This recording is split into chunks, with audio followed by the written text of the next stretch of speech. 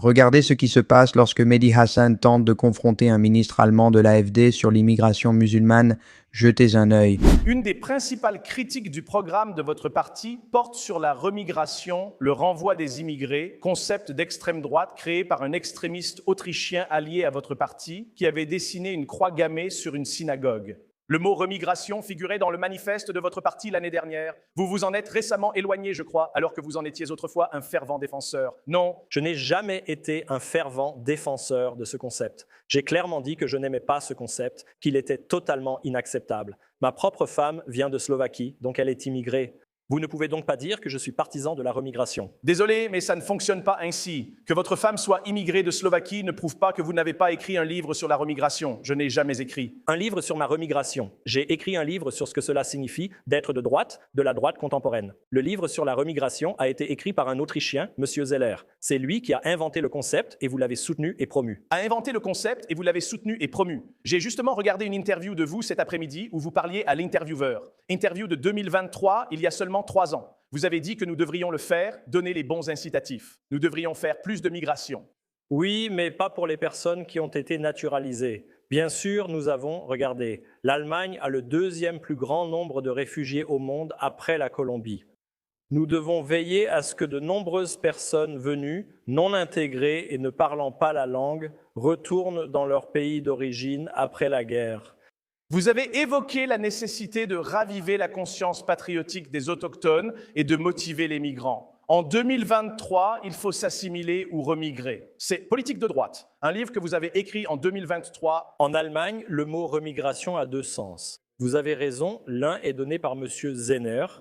Je suis clairement en désaccord. C'est un allié de votre parti, mais je m'en suis distancé. Nos parlementaires ne peuvent même pas organiser d'événements avec lui. Pourquoi 3 membres de votre parti étaient-ils présents avec lui à un événement le mois dernier à Porto? Nous allons clarifier cela avec eux et leur faire comprendre que ce n'est pas acceptable. Nous avons été clairs, aucun événement public commun avec M. Zelensky n'est autorisé. Eux aussi, vous faisiez des événements avec lui auparavant. Je l'ai rencontré dans une maison d'édition. Ils ont organisé un grand événement où il était invité et moi aussi. Mais tu sais, je rencontre tellement de gens. Certains groupes votent pour nous et suivent. Quelle est votre définition de la remigration? La remigration, c'est l'ensemble de toutes les voies légales pour faire sortir du pays les personnes qui n'ont pas le droit d'y rester. Donc, si vous avez des criminels, ils doivent partir. Si vous avez des personnes qui vivent uniquement des aides sociales et qui ne veulent pas travailler, elles devraient partir.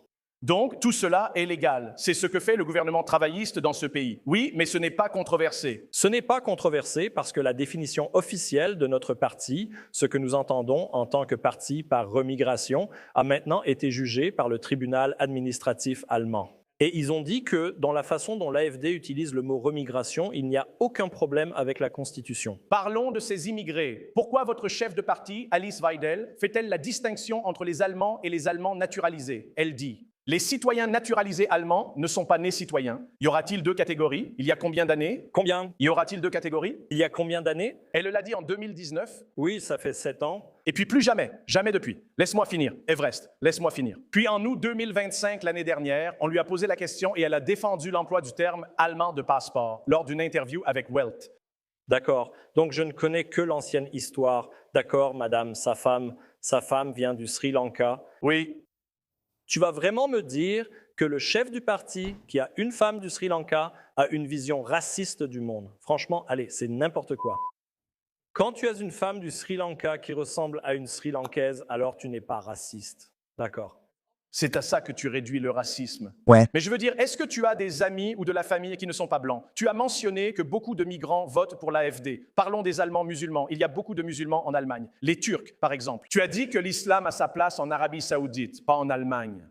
Et le manifeste 2026 pour l'État de Saxe-Anhalt, la grande élection de cette année, qualifie l'islam de religion culturellement étrangère. L'islam n'a pas sa place en Allemagne. Tu sais qui tenait un discours similaire sur une minorité religieuse en Allemagne dans les années 1930? Ne parle pas d'Hitler maintenant. Dès qu'il y a un problème en Allemagne, tout le monde en parle. Cela ressemble à la façon dont les nazis parlèrent des Juifs. Non, je peux aussi te montrer du doigt si tu veux. Je dis que les Allemands d'origine turque devraient voter pour l'AfD. Je veux dire, quelle religion n'est pas allemande? Ce sont un peuple étranger parmi nous. Ce sont les mots d'Hitler. En quoi cela est-il différent du manifeste de l'AfD? L'islam est une religion culturellement étrangère, ne fait pas partie de l'Allemagne. D'où vient-elle? Est-ce au niveau de l'État? C'est le manifeste de la Saxe-Anhalt de cette année de l'AfD. Allez-vous désavouer cela aussi? Cette année, aucune élection en Saxe. Ceci est le manifeste de 2026. Je suis en train de le lire maintenant. Ma circonscription est en Saxe. Je dois connaître mon manifeste et il n'y a pas d'élection cette année. Élection en Saxe-Anhalt, septembre 2026 Saxe. Excellent, c'en est un autre. D'accord. Je pense que tout le monde ici m'a entendu dire Saxe-Anhalt, un autre État. Nous avons plusieurs États en Allemagne. Je ne peux pas. Nous nous concentrons ici. Hitler disait que les Juifs n'étaient pas allemands, mais une religion étrangère. L'AfD dit cela aujourd'hui des musulmans. Pas vraiment. Le point, c'est que Nous invitons chaque citoyen allemand à en faire partie. Nous avons entre-temps une organisation qui s'appelle Migrants au sein de l'AfD, qui est très influente. Les Kurdes disent « D'accord, nous ne sommes plus un parti extrémiste ». Bien sûr, nos détracteurs avancent toujours des arguments. des erreurs ont été commises, ce ne sont pas des points pour le manifeste. Maximilien.